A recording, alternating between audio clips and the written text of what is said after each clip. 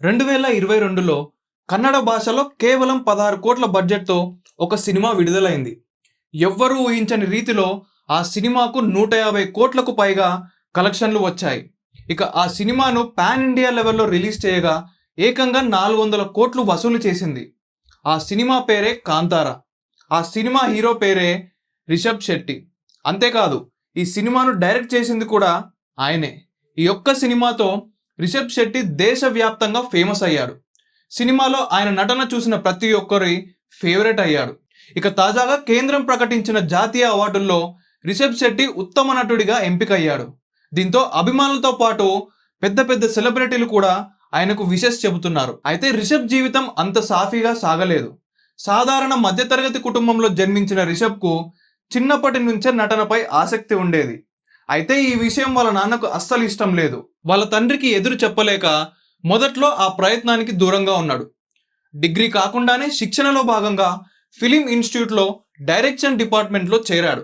అయితే రిషబ్ శెట్టి ఆర్థికంగా కుటుంబంపై ఆధారపడడం ఇష్టం లేక మినరల్ వాటర్ బిజినెస్ ప్రారంభించాడు.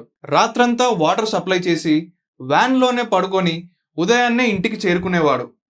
ఇందులో డబ్బు సంపాదించినా అది తన వద్ద నిలవలేకపోయింది. అయితే ఒకరోజు రిషబ్ శెట్టి వాటర్ సప్లై చేసే క్లబ్కు కన్నడ నిర్మాత యాండీ ప్రకాష్ వచ్చాడు. తనకు సినిమాలో అవకాశం ఇవ్వాలని ఆయనను కోరాడు. వాటర్ క్యాన్లు వేస్తూనే ఫిలిం ఇన్స్టిట్యూట్లో శిక్షణ పొందుతుందని చెప్పడంతో సైనాడ్ అనే చిత్రానికి రిషబ్ శెట్టిని అసిస్టెంట్ డైరెక్టర్గా అవకాశం ఇచ్చాడు. అక్కడ రోజుకు 50 రూపాయలు మాత్రమే ఇచ్చేవారు. కానీ రోజు షూటింగ్కి వెళ్లేందుకు రిషబ్కు 100 రూపాయలు ఖర్చయ్యేది. కానీ ఈ మూవీ షూటింగ్ మధ్యలోనే ఆగిపోయింది. ఇక చేసేదేమీ లేక రిషబ్ శెట్టి మళ్ళీ వాటర్ వ్యాపారంలోకి దిగాడు. ఆ తర్వాత ఓ సినిమాకు క్లాబ్ బాయ్గా కూడా పనిచేశాడు. ఈ మధ్యలోనే ఆయన హోటల్ బిజినెస్ కూడా ప్రారంభించాడు. అయితే ఆ బిజినెస్లో కూడా రిషబ్ రాణించలేకపోయాడు. ఆ తర్వాత తుగ్లక్ అనే సినిమాతో మళ్ళీ సినిమాలో అవకాశం వచ్చింది. అనంతరం గరుడ గమన వృషభ వాహన, కిరాక్ పార్టీ వంటి సినిమాలతో సైడ్ క్యారెక్టర్లు చేసిన మంచి పేరు తెచ్చుకున్నాడు. అలా కొన్ని సినిమాల్లో చిన్న పాత్రలు చేస్తూనే బెల్ బాటమ్ అనే సినిమాతో మొదటిసారి హీరోగా ఎంట్రీ ఇచ్చాడు. ఆ మూవీ మంచి విజయాన్ని అందుకుంది. ఇక 2 ఏళ్ల క్రితం కాంతార అనే సినిమాను తానే దర్శకత్వం వహించి ప్రధాన పాత్ర కూడా పోషించాడు.